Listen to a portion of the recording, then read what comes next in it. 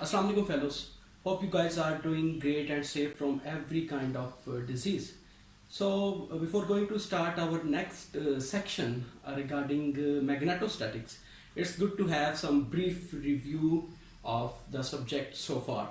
So we start the subject of electromagnetic theory by stating that a theory like a deductive theory like electromagnetic could be found by formulating three steps.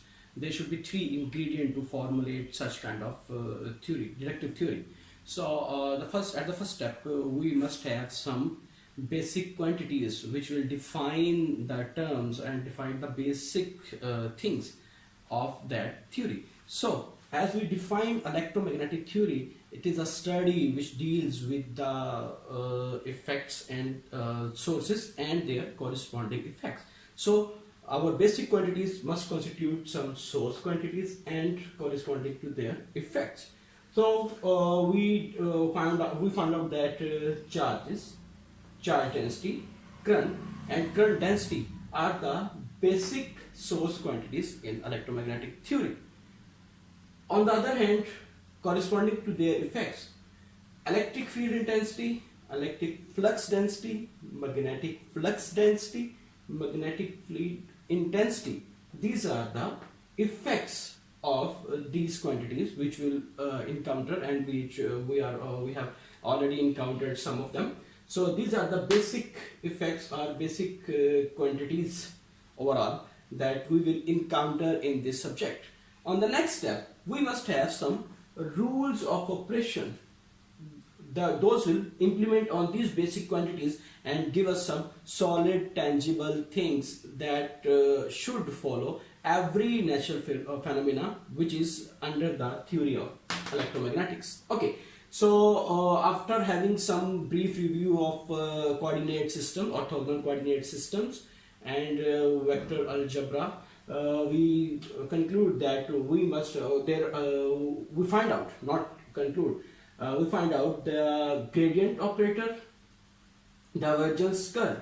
These are the basic rules of operators in the electromagnetic theory. Gradient will give us a vector quantity out of scalar quantity. Divergence will give us the net flux, and it will also provide us the information of absence or presence of a source, while curve give us the rotation in a contour or the closed path. Okay, then corresponding to divergence and curve, we find out divergence theorem and Stokes theorem, which states that instead, divergence theorem states that instead of having the flux to the volume, it's enough that you have a contour or flux or lines passing through the surface enclosing that volume. Okay. Similarly, Stokes theorem states that instead of having an integral or instead of having a situation where you have to find out the rotation in a surface, it's enough that you find out the rotation around that surface in a closed path or contour. Okay, then we encountered some null identities, and finally the basic theorem, Helmholtz theorem, which states that if we have to define a vector, then we should have to define its curl and divergence everywhere in that space. Okay, having the basic quantities and rules of operation, we move towards the fundamental postulates of electromagnetics. Okay, here we split our problem into simple problems. Okay, electrostatics and magnetostatics. We studied electrostatics. We state that instead of charges of any kind, we should consider charges which are stationary, which are not moving with respect to space or time.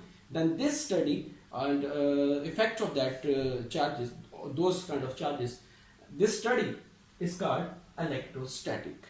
Okay. We encounter first the fundamental postulates of electrostatics, which states that electrostatic effects or flux of electric field depends upon the amount of charge. Okay, then we drive very famous Gauss's law, which helped us a lot. then we see that rotation of electric field is equal to 0, or the static electric field is curve free, irrotational or conservative. Okay, then we find out the very important boundary condition in the electrostatic, which states that the tangential components of electric field are continuous at an interface. If you have two different mediums, electrically different mediums, their permittivity is different, then tangential component will remain constant. Whatsoever in the medium 1 will be in the medium 2, but the normal components will differ, are discontinuous, okay, with the amount of charge that you have placed on the interface. Okay, so far in the electrostatic, as I stated, we studied that the phenomena, the things that happen, the effects that happen when charge is static, it is not moving. In the next section, that is we are going to start today, magnetostatic, we are going to study that what happens when this static charge start moving. It moves, but we have not yet introduced the time variation. It will move, and due to that motion, there will be another quantity, and you are well familiar, it is current. But this current is called static magnetic current. Okay, means that this current is not varying with respect to time. You are also well familiar with this kind of current in the circuit theory. It is called the DC current, okay, which is not varying with respect to time. For the infinite time, it has some constant magnitude. So magnetostatic will be a study where we will discuss the charges in motion with steady state. Okay, so next consider that a charge having amount Q, which was static, and because of that static, it has some force. Okay, but now it has started moving in the space.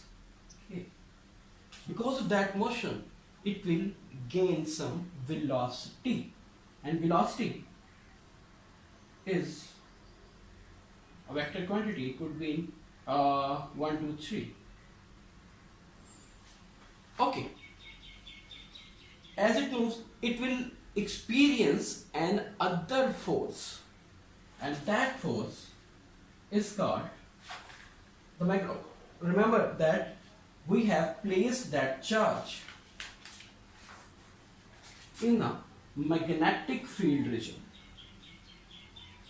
Okay, earlier our static charge was placed in the static electric field region. Now we have placed that charge which has started motion in the magnetic field region. So it will experience an other force in addition to this electric force.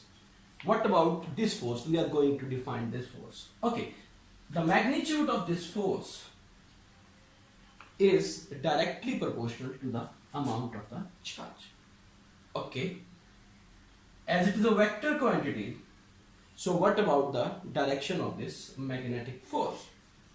Before going to discuss the direction, let me introduce another basic quantity, or rediscuss the basic quantity, which is magnetic flux density. Magnetic flux density, as we have defined in the first lecture about the basic quantities, the magnetic flux density gives us the amount of lines, magnetic field lines passing through a surface normal to it. For example, magnetic field lines are passing like this.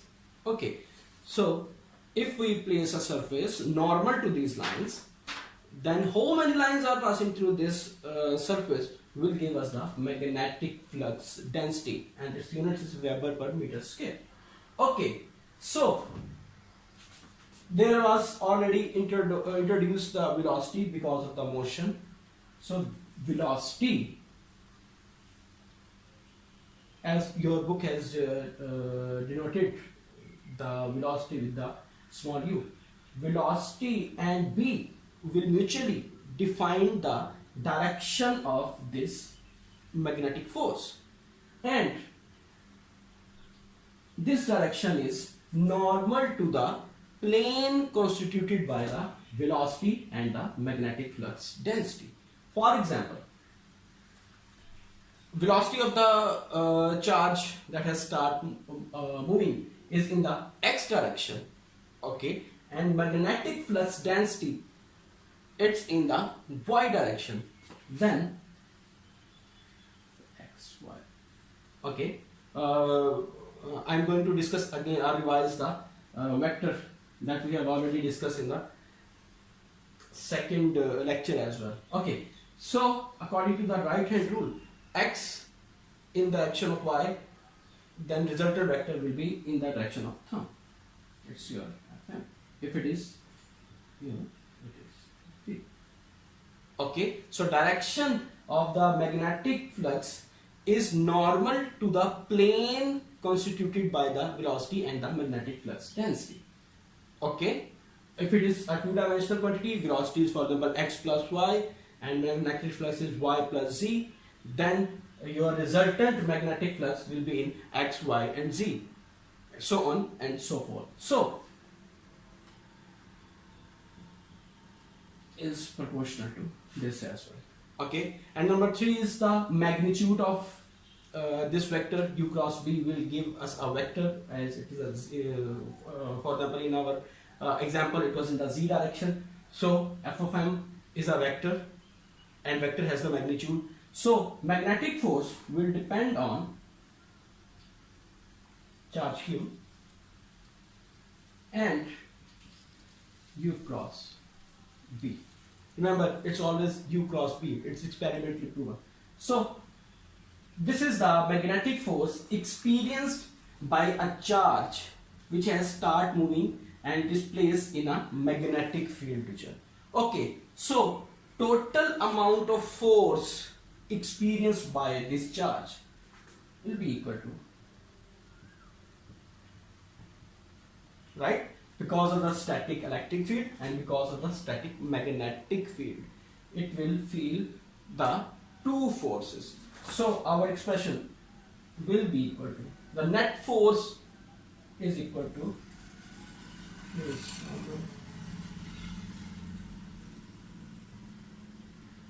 cross B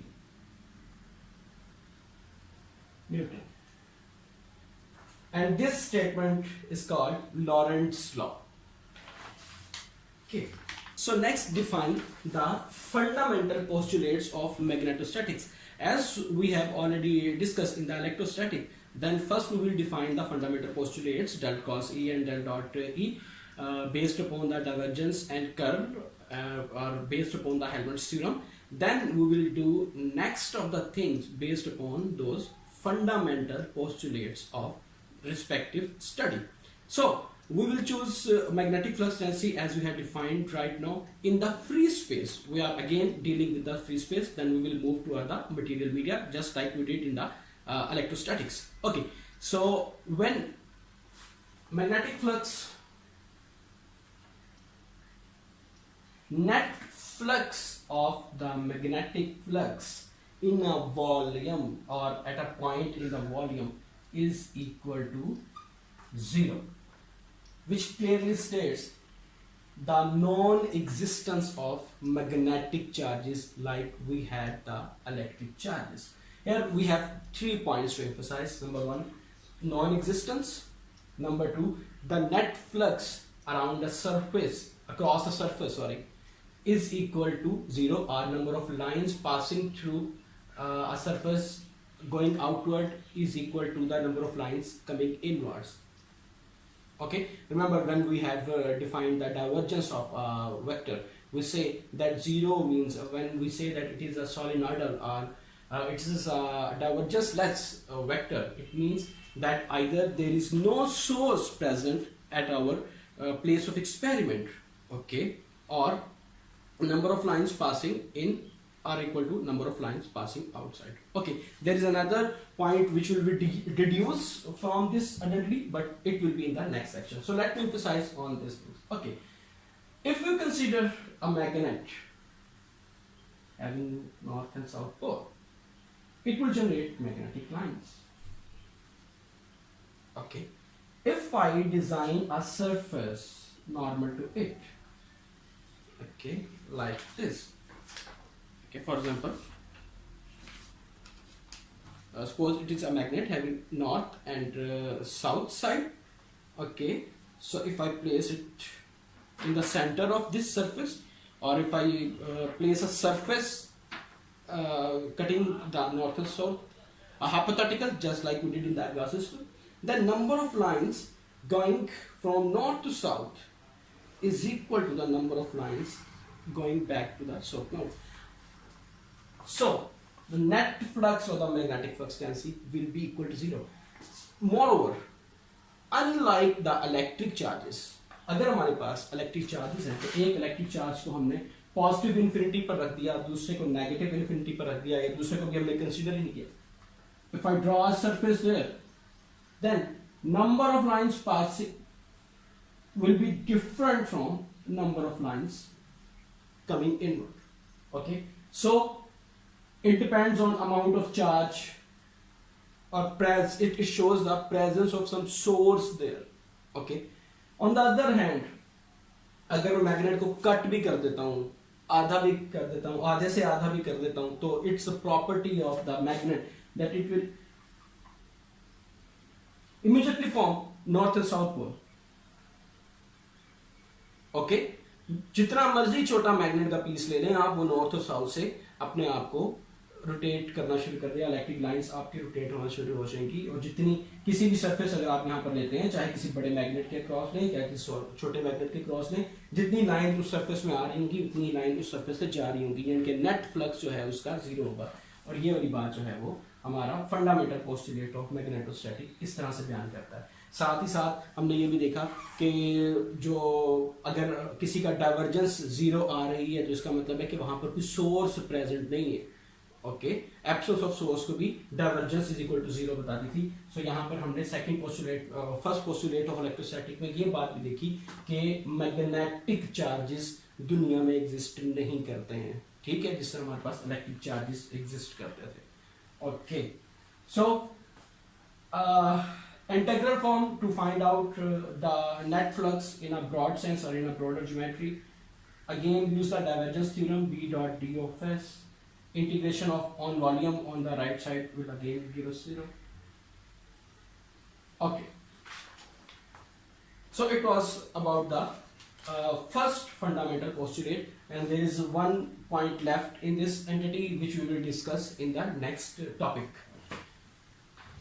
Second fundamental postulate states that rotation of magnetic flux density across P is equal to mu naught time current density. Okay, we had already defined the current density in the first lecture. It is amount of current passing through a surface which is normal to the direction of flow of the current. Okay, so if we take integral form of this, again execute the Stokes law, B dot d of L is equal to integration on the complete surface amount of current. Okay, instead of small chunks, if you consider complete surface, then it will give us the complete amount of charge. It states that the magnetic flux density around a closed path depends on the amount of current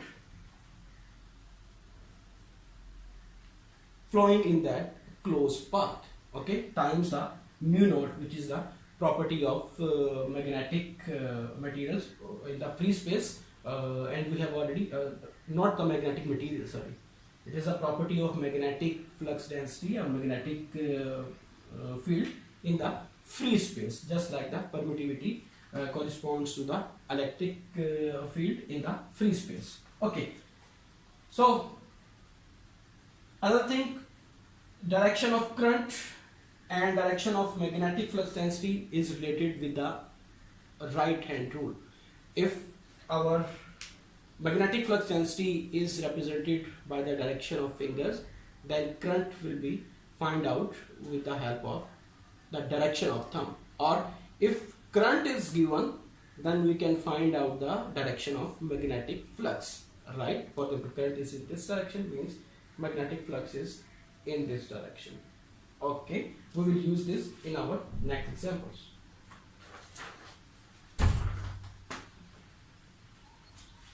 Okay, so let's use the Ampere's law that we just have derived by using the second fundamental postulate of the magnetostatic, or the integral form of second fundamental postulate of magnetostatic, which is known as the Ampere's law, to find out the magnetic flux when amount of current in any conductor or in a circuit is given.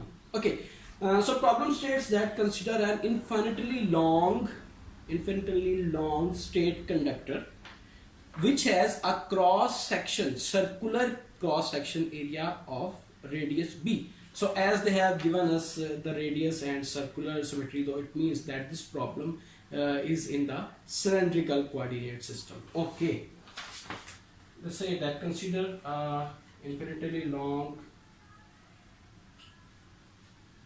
and radius of the wire or infinitely long conductor is b, and current is flowing in this conductor.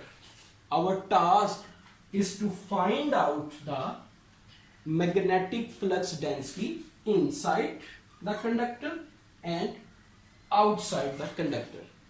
Okay, so as magnetic flux density is a vector quantity, and we just have discussed that we can find out the direction. So first of all, we should discuss the direction of the required magnetic flux. If we use the right hand,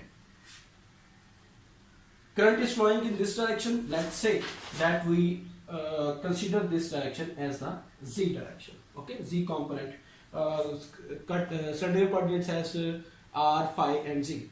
Okay, so in the z direction we have the current, so magnetic flux density will be in the direction where our fingers, so it will be in the direction of phi. Okay, makes sense? It is a conductor, infinitely long conductor, which is discussed in this geometry, and current is flowing in the positive z direction. Okay, so my fingers rotating in the phi direction. Okay, so my magnetic flux density, which is required to find out in this problem, will be in the phi direction. Right? We come to know this point immediately as we study or as we read the statement of the problem. Okay, so we could use Ampere's law because we need to find out this. Current is given and they have already defined the path. They say that inside the conductor and outside the conductor. Okay, so we could drag or we could draw the two paths. Okay, so instead of this side, let me consider the cross section side of the conductor. Instead of using this side, I am going to consider this space. Okay, so first let's start inside. If I have to find out the magnetic flux density inside, and okay, this is the radius b actually. Now I have to draw a closed path. As my geometry is inside, so I have to draw the closed path inside.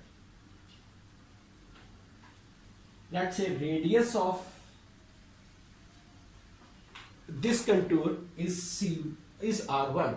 So, and direction is already as we have discussed. Okay. So I have the contour inside. Let's start to apply this one. Okay, when I apply B dot here, differential change in the length, my contour is in the phi direction, 0 to 2 pi. Okay, and A phi or dl phi is equal to, it's equal to r times d phi or dl phi. Okay, because it is not a unit of meter, so we have to introduce a metric here. Okay. R times d of phi, and b is equal to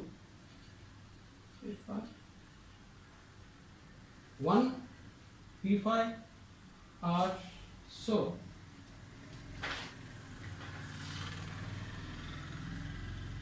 p phi 2 pi r1. It is my equation number 1.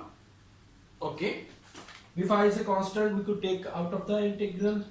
R is the constant, we could take out of 2 pi is resultant integral, 2 pi r1 p phi. Okay, next I have to find out the right hand side for this case.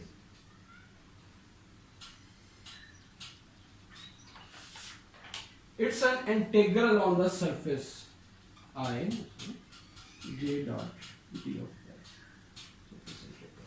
The problem is I have to find out the current passing through this surface, inside this dash dash dash line. Okay, but I am given the current passing whole inside the conductor, this solid line, which is given I in the problem. Okay, the current I is flowing through this conductor. Okay, so I will find out the current, and second thing, I have to relate the current flowing through this dash area, my contour, with the required current which is in the solid line. Okay, so ये वाला current निकालने के लिए, यानी कि मुझे current जो है वो गिवन है इस सॉलिड लाइन के अंदर, कंप्लीट आई जो गिवन है, लेकिन जो मैंने कंटूर बनाया है जो कि सॉलिड लाइन के अंदर है, वो अब फिलहाल जो मैंने अप्लाई कर दिया है इससे पहले कंटूर, सो मुझे करंट भी इसी कंटूर के अंदर का निकालना है. सो अब मुझे टोटल करंट और इस करंट के दरमियान में रिलेशन फाइंड आउट करना है. मैं सेपरेट इन दोनों के दरमियान में करंट निकालूंगा. सॉलिड लाइन के अंदर अलहदा से करंट निकाल लिया, सब्ट्रैक्ट करना पड़ेगा इस लाइन के अंदर का करंट. ओके, सो अगर मैं पहला इंटीग्रल सॉल्व करता हूं,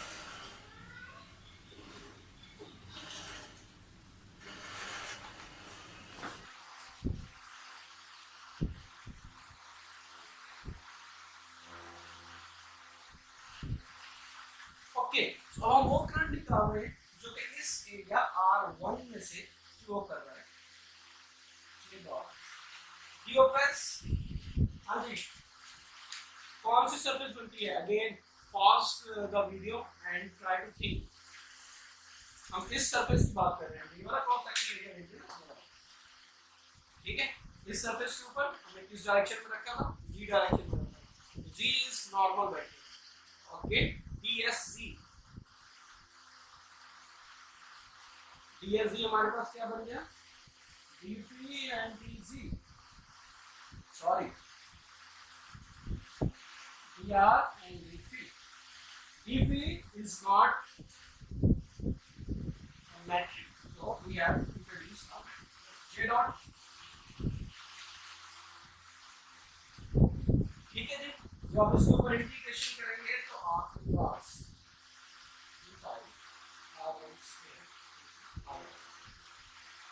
राइट.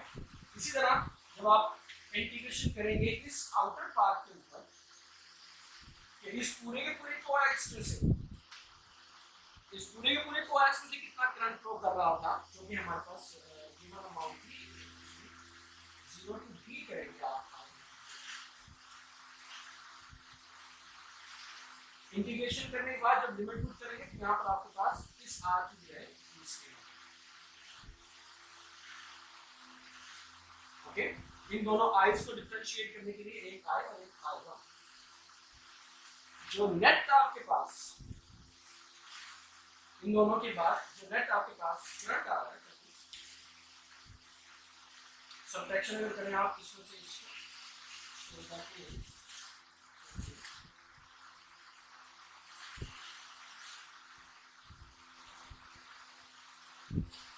ये दोनों करंट सब्ट्रैक्ट करके जो करंट की अमाउंट थी मैं यहाँ पर फाइनली पुट कर रहा हूँ। ये दो तीन स्टेप्स जो मैं मिस कर रहा हूँ, you are supposed to do it okay. Left hand side so ये हमारे पास मैग्नेटिक फ्लक्स की वो वैल्यू आएगी जो कि inside of this conductor flow कर रही होगी। आप यहाँ से बात नोट कर सकते हैं कि जैसे जैसे आपका 0 से B तक का डिस्टेंस इंक्रीज करेगा आपके पास मैग्नेटिक फ्लक्स की वैल्यू इंक्रीज करना शुरू हो जाएगी। ठीक, आप रैंडमली नंबर्स लेकर यहाँ पर पुट कर सकते हैं म्यू नॉट 2 पाई और करंट ये कांस्टेंट नंबर्स लेकर R1 और B2 और सॉरी B तो आप पुट करेंगे तो ये बात आप वेरीफाई करेंगे। नेक्स्ट हम चलते हैं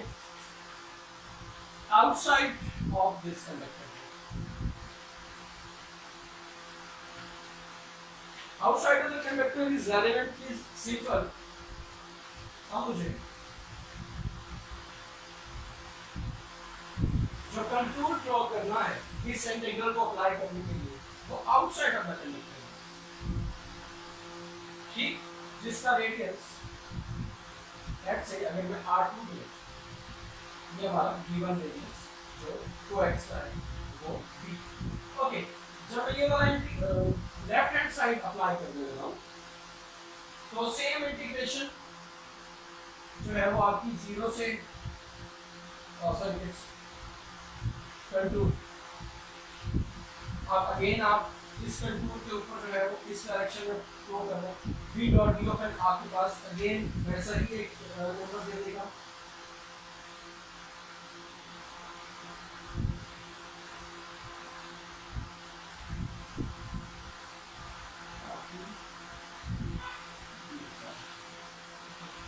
यहाँ से v dot d of l left hand side जब आप सॉल्व करेंगे अगेन आपके पास जो इंटीग्रेशन में टर्म आ जाएगी ये आ जाएगी। जबकि राइट हैंड साइड अभी जो हमने पहले इनसाइड किया वहां पर तो हमें दो इंटीग्रल सॉल्व करने पड़े उसको सब्ट्रैक्ट करना पड़ा क्योंकि हमें जो गिवन करंट था वो और था और जो हमारा कंटूर था वो और था। अब केस ऐसा नहीं, inside this contour no current is mentioned, outside the conductor infantry longs conductor there is no current, so जितना भी करंट है वो सारे का सारा यही वाला करंट पार्टिसिपेट करेगा okay. And this current total current is given as I, so this time you are not going to calculate the right hand side, that's why I was saying that it is simpler as compared to the inside। so जो भी आपके पास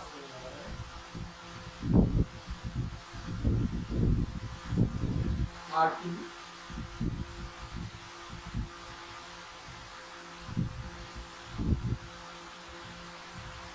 okay, magnetic flux density outside of this conductor, this is the conductor, outside of this conductor will have this value okay। and you could see that as long as you are going away from this conductor magnetic flux density is decreasing exponentially okay।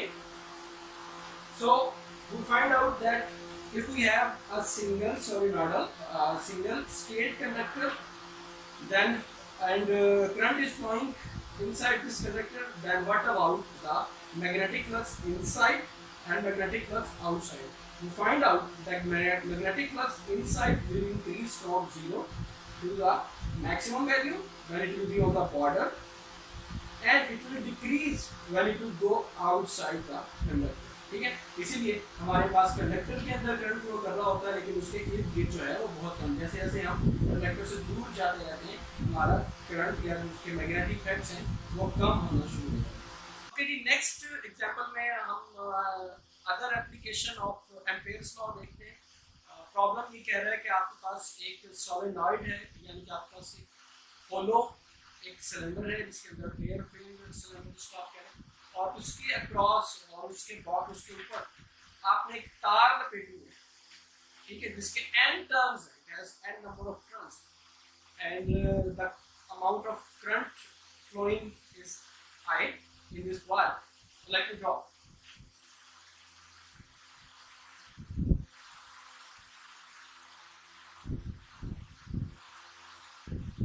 It is a air core connector inside, and there is a wire that you have wrapped on.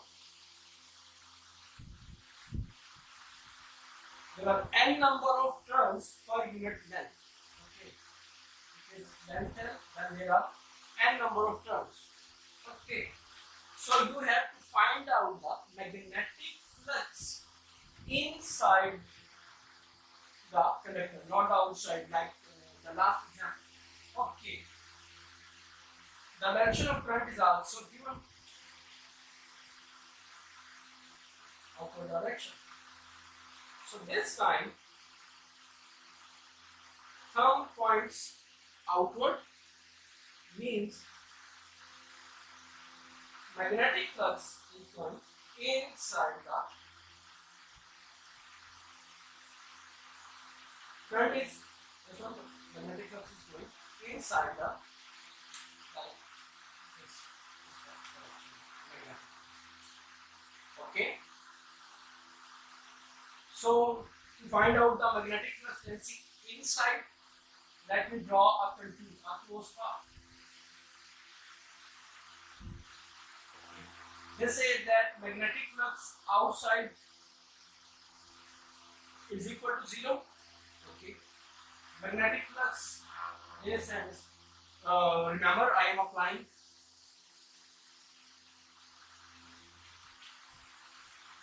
I am going to apply Ampere's law. Current given है, magnetic flux density निकालनी है, और मुझे एक contour चाहिए, एक close path चाहिए जिसके ऊपर मैं ये इंटीग्रल अप्लाई कर सकूं. So I draw this close path. Okay, ये close path A B C D. So अगर मैं ए पर इंटीग्रेशन करता हूं A to B, okay, B की वैल्यू 0 है, dot D of at 0 value दे देगा. अगर मैं बी से सी पर इंटीग्रेशन करता हूं, जो भी वैल्यू आएगी डाउनवर्ड डायरेक्शन में वो D to A,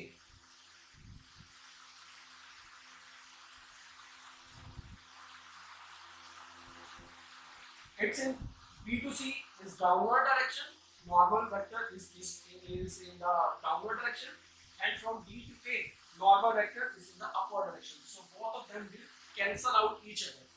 So I am only left with this part. Okay, integration from C to D. I have already mentioned that this C denotes the contour close path A, B, C, D, A. Okay, while this C is just a symbol, alphabet C. So when I go from C to D, okay, remember I am going in this direction, so my B dot D of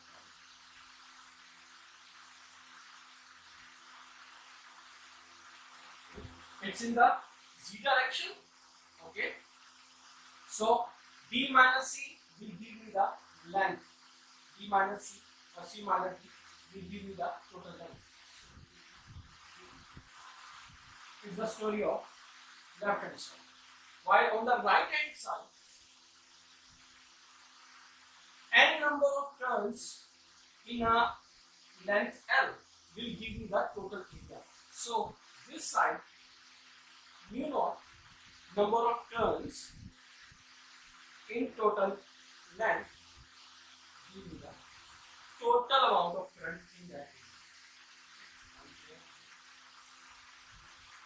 number of turns जो कि इस area के अंदर आ रहे हैं, वो length जो कि इस एरिया की है, वो लेंथ जिसके ऊपर मैं इंटीग्रेशन कर रहा हूँ एरिया की, ओके, और जो करंट इसमें फ्लो कर रहा है, यानी कि टोटल करंट जो है वो N into L डिफाइन करेगा, इसीलिए हमने यहाँ पर N into L। जब मैं इसको कंपेयर कर रहा हूँ DL, similar to the example that we did in the Gauss's law, that the hypothetical surface that we have designed to help our integrals, okay, these are not going to contribute in our final results. My final result is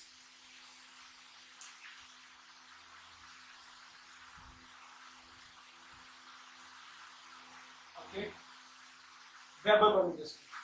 Inside this solenoid, amount of current is represented by amount of magnetic flux density is represented by. So okay, in the today's lecture we have started the magnetostatic after having complete, not the complete, sorry, a brief discussion of electrostatics. और magnetostatics में आज के दिन हमने fundamental postulates drive किए, जिसमें हमारे पास एक बहुत इंपॉर्टेंट फॉर्मूला एम्पेयर्स लॉ का आ गया है, जो कि कहता है कि अगर आपके पास करंट गिवन है किसी क्लोज पाथ में, तो आप मैग्नेटिक फ्लक्स डेंसिटी या मैग्नेटिक लाइंस का कितना फ्लो है वहाँ पर, वो फाइंड आउट कर सकते हैं। नेक्स्ट टाइम हम मैग्नेटिक फ्लक्स निकाल देंगे और तरीके मैग्नेटोस्टैटिक्स की से जो उसके फंडामेंटल पोस्टुलेट से ड्राइव किए जाएंगे वो देखें। Thank you very much.